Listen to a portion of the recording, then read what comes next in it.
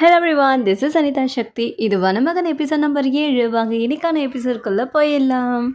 நம்மளோட மாஸ்டர் அந்த பொண்ணோட டெட் பாடி இருக்கிற அந்த குகைக்கு வந்துடுவாங்க. அங்கே தான் அந்த கொலைவிங்கெல்லாம் இருக்கும். அந்த பாடியை பார்த்த இவ பார்க்குறதுக்கு அப்படியே அவள மாதிரியே இருக்காளே அப்படின்னு சொல்லி யோசிக்கும் போது அவங்களோட கடந்த கால வாழ்க்கையை காமிப்பாங்க. அதில் அவங்க ஓடுற நதியில் ஒரு பாய்சன் பவுடரை தூவுவாங்க. அந்த பவுடர் கலந்த தண்ணியை ஒருத்தர் எடுத்து ஒரு லேடிக்கிட்ட கொடுப்பாங்க. அந்த லேடி தான் இப்போ பெணமா கிடக்கிற லேடி. என்னால் நீ ரொம்ப கஷ்டப்படுறல, நான் எப்பயுமே கஷ்டப்பட்டாலும் உங்கள் கூட தானே இருக்கேன். இன்னும் தெரிய போகுது கொஞ்ச நேரத்தில் அப்படின்னு சொன்ன உடனே அந்த பொண்ணு வாமிட் எடுத்து உயிருக்கு போராடுற நிலைமைக்கு வந்துடுவா. உனக்கு என்னாச்சு, யார் இந்த காரியத்தை பண்ணா அப்படின்னு சொல்லி சுற்றி முற்றி அவர் கத்திட்டு இருப்பாரு. உடனே மாஸ்டர் மரத்துக்கு பின்னாடி ஒளிஞ்சுப்பாங்க. மாஸ்டருக்கு இவங்க மேலே ஒரு சின்ன கண்ணு. நான் உங்களை விட்டு எப்பயும் போக மாட்டேன் அப்படின்னு சொல்லி சிரிச்சுக்கிட்டே அந்த பொண்ணு இறந்து போயிடுவா. உடனே அவர் பயங்கரமாக அழ ஆரம்பிச்சிருவாரு. இதை இப்போ ப்ரெசென்ட்டில் இருக்கிற நம்மளோட மாஸ்டர் நினச்சி சிரிச்சுட்டு இருப்பாங்க கெக்க பக்கன்னு ரொம்ப பயங்கரமாக. இது எல்லாத்தையும் நம்மளோட ஹீரோ ஒளிஞ்சிருந்து பார்த்துட்டு இருப்பாரு. இத்தனை வருஷமாயும் உன்னோட பாடி அப்படி அழுகாமல் இருக்கே, அது எப்படி அப்படின்னு சொல்லிட்டு அவங்க அங்கேருந்து கிளம்பிடுவாங்க. இவங்க போனதுக்கப்புறம் ஹீரோ வெளியில் வந்து இங்கே ஏதோ மர்மமாக நடக்குது அப்படின்னு சொல்லி யோசிப்பார். ஒரு பக்கம் கிளினிக்கை காமிப்பாங்க. ஹீரோயின் நிறைய வெஸ்டர்ன் மருந்துகளை வர வச்சுருப்பாங்க. அதோட லிஸ்ட்டை பார்த்துட்ருப்பாங்க. அப்போ நம்மளோட ஹீரோ வருவார். காலையிலேருந்து தேடிட்டுருக்க, எங்கே நீ போன? அது இருக்கட்டும், என்னோட மாஸ்டர் இங்கே வந்தாங்களா அப்படின்னு சொல்லி அவர் கேட்பாரு. ஓ மாஸ்டரா, இல்லையே அப்படின்னு சொல்லி பதில் சொல்லிடுவாங்க. அப்படின்னா இதுக்கு பின்னாடி ஏதோ ஒரு விஷயம் இருக்குது, நம்ம ஹீரோக்கு புரிஞ்சிடும். ஒரு பக்கம் ஹீரோட ஃப்ரெண்டு யாருக்கும் தெரியாமல் ஒரு மரத்துக்கிட்ட வந்து ஒரு இலையை வரைச்சி அது மந்திர எழுத்துக்களை யூஸ் பண்ணி ஒரு மெசேஜை நம்மளோட ஹீரோக்கு அனுப்புறதுக்காக அந்த மர இடுக்கில் அனுப்பிச்சி விடுவார். அதே நேரத்தில் நம்மளோட ஹீரோ லேபில் இருக்க நம்மளோட ஹீரோனிக்கிட்ட பேசிகிட்டு இருப்பாரு. நிறைய மருந்துகள் வந்திருக்கு அப்படின்னு சொல்லி மருந்தை செக் பண்ணிட்டு இருப்பாங்க. இது என்ன மருந்து அப்படின்னு சொல்லி ஹீரோ கேட்பாரு. இது சர்ஜரிக்கு யூஸ் பண்ணுற மருந்துன்னு சொல்லிட்டு இருப்பாங்க. அப்போ அவங்களோட குட்டி ஜந்து வரும். அதோட தலையில் தான் இந்த மெசேஜ் இருக்கும். மெசேஜா அப்படின்னு சொல்லி எடுக்கும் போது, என்னது மெசேஜா, அதில் ஹோலி ட்ரீயோட நிலைமை இருக்க மோசமாயிட்டே போகுது, நீ எங்கடா இருக்க, சீக்கிரம் வந்து சேரு, இங்கே ஆபத்து அப்படின்னு சொல்லிட்டு இருப்பாரு ஃப்ரெண்டு. என்ன பண்ணுறான் இவன்? மெஜோ, சீக்கிரமாக ஹோலி ட்ரீயை காப்பாற்றுற வழியை தெரிஞ்சுக்கிட்டு நான் அங்கே வந்துடுவேன்னு போய் சொல்லு. சரி அப்படின்னு சொல்லிட்டு அந்த ஜந்து அங்கேருந்து பறந்து போயிடும். இதை பார்த்து நம்மளோட ஹீரோயினி, உங்களோட கம்யூனிகேஷன் எல்லாம் வித்தியாசமாக விசித்திரமாக இருக்குது அப்படின்னு சொல்லுவாங்க. அந்த மெசேஜ் நம்மளோட ஃப்ரெண்டுக்கு கிடச்சிரும். அப்போது அவன் இப்போதைக்கு வரமாட்டானா அப்படின்னு சொல்லி நினச்சிட்ருப்பாரு. அப்போது நம்ம ஹீரோவோட காதலி, காதலியாக இருக்க பொண்ணு நம்ம ஹீரோவை தேடிக்கிட்டு வரும். ஐயோ, இவன் மறுபடியும் வந்துட்டாளா அப்படின்னு சொல்லி அந்த கண்ணில் யூஸ் பண்ணி இவர் நம்மளோட ஹீரோவாகவே ஒரு மாதிரி உக்காந்துட்ருப்பாரு.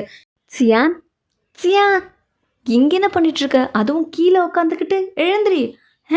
ஒன்றும் இல்லையே, உன்னை பார்த்தா விசித்திரமாக இருக்குது, என்ன தேடிட்டு இருந்த கீழே? ஒன்றும் இல்லை, இடம் ரொம்ப அழகாக இருக்குது, நம்ம ஏன் கொஞ்சம் நடந்து போகக்கூடாது? சரி அப்படின்னு சொல்லிட்டு அவர் கவர் பண்ணி கூட்டிகிட்டு போயிடுவார். ஒரு பக்கம் நம்மளோட ஹீரோயின் கொடுத்த புக்ஸ் எல்லாம் படித்து ஹோலி ட்ரீயை எப்படி காப்பாற்றுறதுன்றது தெரிஞ்சிட்ருப்பாரு. அப்போ நம்மளோட ஹீரோயினே அந்த ரூமுக்கு வருவாங்க. இது என்ன குப்பைக்குள்ள மாதிரி இருக்குது, அதை நீ தான் க்ளீன் பண்ணி வைக்கிறது அப்படின்னு நம்மளோட ஹீரோ குரல் கொடுத்தோன்னே, நீங்க என்னையே வேலை வாங்குறியா? சரி போனால் போகட்டும், ஹெல்ப் பண்ணுறதுல என்ன வந்துட போகுது அப்படின்னு சொல்லி அந்த புக்ஸ் எல்லாம் மடித்து வச்சுட்ருப்பாங்க. அப்போ அதில் ஒரு குட்டி பை இருக்கும்.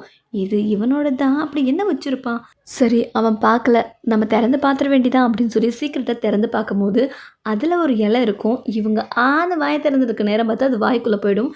டக்குன்னு கொஞ்சம் நேரத்தில் இவங்களுக்கு விக்கல் எடுக்க ஆரம்பிச்சிடும். ஐயோ என்ன இது, டக்குன்னு விக்கல் வர ஆரம்பிச்சிருச்சு அப்படின்னு சொல்லிட்டு ஹீரோக்கு தெரியாமல் அங்கேருந்து ஓடி போயிடுவாங்க.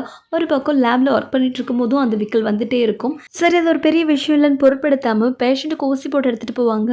அப்பயுமே விக்கல் எடுத்துக்கிட்டு அந்த இன்ஜெக்ஷன் மருந்தெல்லாம் வெளியில் போயிட்டுருக்கோம்.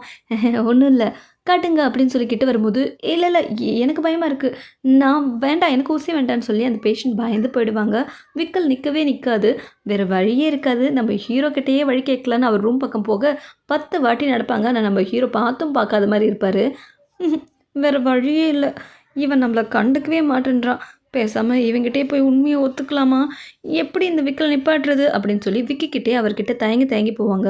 என்ன விஷயம் அப்படின்னு சொல்லி ஹீரோ கேட்க, அது வந்து என்னோட பொருள் ஏதாச்சும் நீ முழுங்கிட்டியா என்ன, இப்படி கரெக்டாக கேட்குறான்.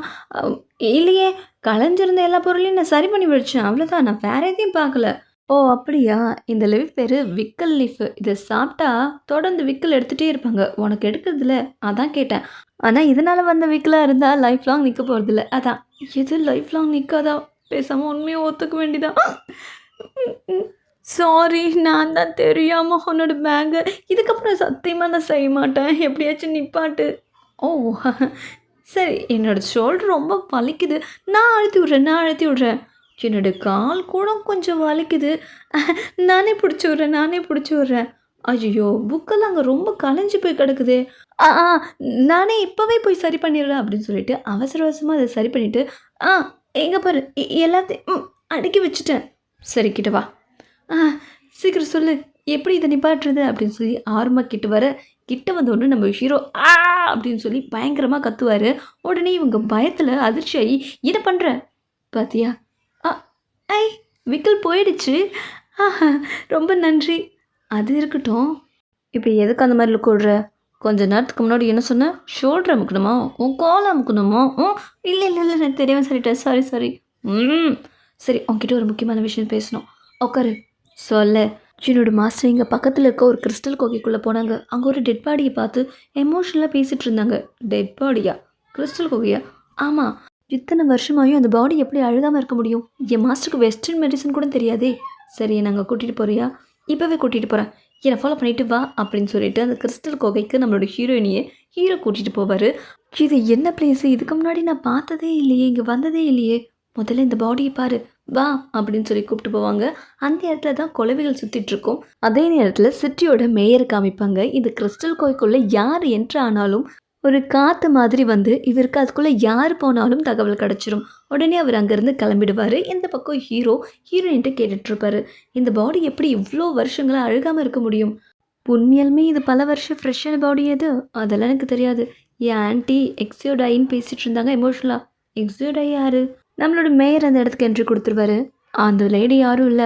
என்னோட ஆன்ட்டிக்கு பதிலா சீஃப் பொசிஷனுக்கு மாத்தி அனுப்பிச்சாரு எங்க அங்கிள். ஓ! அப்படியா? சரி நான் கிட்ட போய் பார்க்குறேன் அப்படின்னு சொல்லி போக ட்ரை பண்ணும்போது, யாரோ வெளியிலேருந்து வர சவுண்ட் கேட்டுரும். "வா முதல்ல வா அப்புறம் பார்த்துக்கலாம் வா" அப்படின்னு சொல்லி போய் ஒளிஞ்சுப்பாங்க. உள்ள வந்த மேயர் சுத்தியும் முத்தியும் பார்த்துட்ருப்பாரு. யார் இங்க வந்திருப்பா அப்படின்ற மாதிரி. உன்னை இத்தனை வருஷம் கழிச்சு இப்படி மீட் பண்ணுவேன்னு நான் நினைக்கவே இல்ல. உன்னோட ஆன்ட்டி தான்டா. உனக்கு இந்த வேஷம் ரொம்ப பொருத்தமா இருக்கு. என்னையும் எக்ஸைடையும் ஏமாத்துன மாரி இப்ப எத்தனை பொண்ணுங்கள ஏமாத்துறதுக்கு இங்க வந்திருக்க? என்னடா? ஏய் இரு எங்க போற? கொஞ்சம் அமைதியா இரு. என்ன நடக்குதுன்னு பார்ப்போம். உன்ன நான் சும்மா விடமாட்டேன் அப்படின்னு சொல்லி 2 பேரும் பயங்கரமா ஃபைட் பண்ணுவாங்க. அப்ப நம்மளோட ஆன்ட்டி அவர் முகத்துல இருக்கிற அந்த மாஸ்க்க கிழிச்சு எடுத்துருவாங்க. நான் தான் எப்படி நீ கரெக்ட்டா கண்டுபிடிச்ச?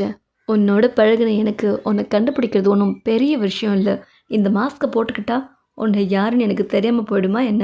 என்ன ஃபோர்ஸ் பண்ணாத. உன்ன எனக்கு பிடிக்கல. இப்படி நீ எனக்கு சொன்ன அன்னைக்கு நம்ம இனமே என்னை பார்த்து சிரிச்சுது. அன்னைக்கு உன்னை கொல்லாம விட்டுட்டேன். என்னடா பேசிக்கிறாங்க? இங்க பார் என்னைக்குமே நீயும் நானும் ஒன்றாக முடியாது. அப்படின்னா ஒரே ஒரு விஷயம் மட்டும் சொல்லு. உன் மனசில் எனக்கு ஒரு சின்ன இடம் கூட இல்லையா? அந்த அளவுக்கு நான் கேவலமாக போயிட்டேனா?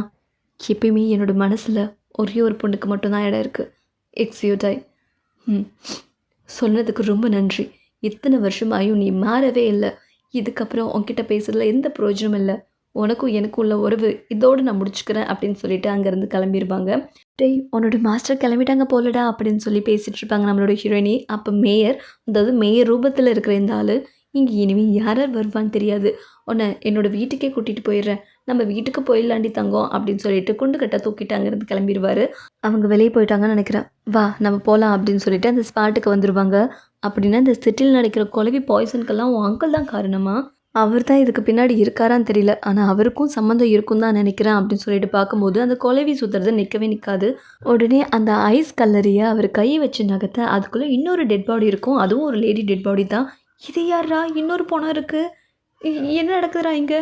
எனக்கு தெரியல. ஆனால் இது ஏதோ சீரியஸான மேட்டர்னு மட்டும் தெரியுது அப்படின்னு சொல்லி பேசிகிட்டு இருப்பாங்க. ஒரு பக்கம் மேயர் வீட்டுக்குள்ளே ஒரு பொண்ணு மெடிசன் பாக்ஸை தூக்கிட்டு போவா. நம்ம மேயர் வீட்டுக்குள்ளே ஒரு சீக்ரெட் ரூம் இருக்கும். அந்த ரூமுக்குள்ளே அந்த டெட் பாடியை கொண்டு வந்து வச்சுருப்பாரு. கவலைப்படாத, உன்னை சீக்கிரமே நான் உயிரோடு கொண்டு வந்துடுவேன். இன்னொரு பக்கம் வீதிகளில் எக்ஸ்ட்ரா ஸ்பெஷல் மெடிசன் வந்திருக்கு, வாங்குங்க அப்படின்னு சொல்லி நோட்டீஸ் கொடுப்பாங்க. உடனே கடை முன்னாடி கூட்டு அலமோதும். இதை பற்றி ரேடியோவில் சொல்லிட்டு இருப்பாங்க. அப்போ நம்மளோட ஹீரோ வந்து இது என்னன்னு கேட்பாரு. இதான் ரேடியோ. ஓ இதான் ரேடியோவா? இதுலேருந்து தான் சத்தம் வருதா? ரொம்ப அதிசயமான விஷயங்கள் இருக்குது இங்கே. ஏன் அப்படி விசித்திரமாக பேசுகிறீங்க? நீங்கள் ரீசெண்டாக டயர்டாக இருக்க மாதிரி தெரியுது. ஸ்பெஷல் மெடிசன் நம்ம கடையிலே இருக்குது. அது கொண்டு வா. ஒரு பாட்டில் குடிச்சு பாருங்கள். ரொம்ப உடம்புக்கு தெம்பாக இருக்கும். ஸ்பெஷல் மெடிசனா? சரி குடிச்சு பார்ப்போம் அப்படின்னு சொல்லிட்டு ஹீரோ குடிச்சு பார்ப்பாரு. குடிச்சு பார்த்துட்டு இதோட டேஸ்ட்டு அவ்வளோ நல்லான்னு சொல்ல முடியாது. திரும்பவும் குடிக்கிற போல் எனக்கு தோணுது. இன்னொரு பாட்டில் கிடைக்குமா? ஐயோ இன்னொரு பாட்டில் இது ரொம்ப எக்ஸ்பென்சிவ். ஏன் எனக்கு இன்னொரு பாட்டில் கொடுக்கக்கூடாதா? ஐயோ! இப்போ என்ன பண்ணுறது? சரி போய் குடு அப்படின்னோனே 2 எடுத்துட்டு வந்து குடுத்துருவாங்க. இத நான் குடிச்சு பார்த்துட்டு இதோட டேஸ்ட்டு எப்படி இருக்கு மறுபடியும் சொல்றேன். ஐயய்யோ! இது குடிக்கும்போது கொஞ்சம் அப்படியே சொர்க்கத்தில மிதக்கிற மாரி இருக்கு. அற்புதம்! வந்தான், குடிச்சான், கிளம்பிட்டான். சியா நான் சொல்றத கேளு. உனக்கு இந்த மண்ணு வேணுமா? இல்ல இந்த மண்ணு வேணுமா? இந்த கோட்டைய எடுத்துக்க போறியா? கொஞ்சம் இவன அமைதிப்படுத்துங்க. நானே ராஜா, நானே மந்திரி. உங்களுக்கு எது வேணும்? அவரு திடீர்னு பைத்தியம் பிடிச்ச மாரி நடந்துக்கிறாருமா. என்னாச்சு இவனுக்கு? அதான் எங்களுக்கும் புரியல. அந்த ஸ்பெஷல் மருந்து சாப்பிட்டதுலேருந்து இப்படி தான் பிஹேவ் பண்றான். ஸ்பெஷல் மருந்தா? நம்ம கடையில ஸ்டாக் இருந்ததுல்ல அதுதான். ம்ஹ்ம். நீ யாரு? தீய சக்தியா? என் மண்ண அபகரிக்க வந்திருக்கியா? இதுக்கெல்லாம் அப்ரூவல் கொடுத்த ஷென் தான் காரணம். அவன இங்க பாரு. ஐயோ! இவன வெளியில விடாத. இவன் வெளியில போனா டேஞ்சர். அவன நான் ஒரு கை பார்த்துட்டு வந்துடுறேன். ஏய் எங்க போற? எனக்கு கொடுக்க வேண்டியத குடுத்துட்டு போ. இல்லைன்னா உங்க எல்லாரையும் சுட்டுடுவேன். எனக்கு மேஜிக் தெரியும். சியான் கொஞ்சம் அமைதியா இருக்கிறியா? நீ உன்னை நான் மொத முறை எப்படி பார்த்தேன்? இங்க வா அப்படின்னு சொல்லி ஹக் பண்ணுவாரு. ஐயோ! இவன்ட்ட இருந்து என்ன கொஞ்சம் காப்பாத்துங்க. என்ன பிரச்சனை? நான் மக்களுக்கு நல்லது தானே பண்ணியிருக்கேன். ஓ! நல்லது பண்ணியிருக்கியா? நானும் ஒரு நல்லது பண்ணணும்னு நினைக்கிறேன். கேக் ஒரு வருங்கால புருஷன அடிக்க இப்படி கை வாங்கலாமா? கல்யாணத்துக்கு அப்புறமா இதெல்லாம் பார்த்துக்கணும். யார் வருங்கால புருஷன்? நான் சொன்னேனா உன்னை கல்யாணம் பண்ணிக்கிறேன்னு? நீ வேற சொல்லணுமா? உங்க அம்மா உன்கிட்ட சொல்லலையா? நமக்கு என்கேஜ்மெண்ட்டே முடிஞ்சு போச்சு. இங்க பாரு வார்த்தைய அடக்கி பேசு. நீ உன்னோட அம்மா கிட்ட போய் கேளு. ம். உன்னை போய் வந்து பார்த்துக்கிறேன்டா அப்படின்னு சொல்லி கால்லயே ஒரு உத விட்டுட்டு போவாங்க. ஐயோ! வீட்டுக்கு வந்த அவங்க அப்பா கிட்ட யார கேட்டு எனக்கு கல்யாணம்னு முடிவு பண்ணீங்க? என்ன ஒரு வார்த்தை கேட்டீங்களா? கல்யாணமா? நான் எப்பம்மா முடிவு பண்ணேன்? அப்போ நீங்க இல்லன்னா? உடனே அவங்க சித்தி பக்கம் கண்ணு போகும். ஆமா, நான் தான் என்கேஜ்மெண்ட்டுமே முடிச்சேன். இத உன்கிட்ட சொல்றதுக்கு எனக்கு டைம் இல்ல. அதுவும் இல்லாம என்கேஜ்மெண்ட் கிஃப்ட் கூட நான் வாங்கிட்டேன் அப்படின்னு சொல்லுவாங்க. ஹீரோயினி ஷாக் ஆவாங்க. அடுத்த எபிசோட்ல பார்க்கலாம். நன்றி.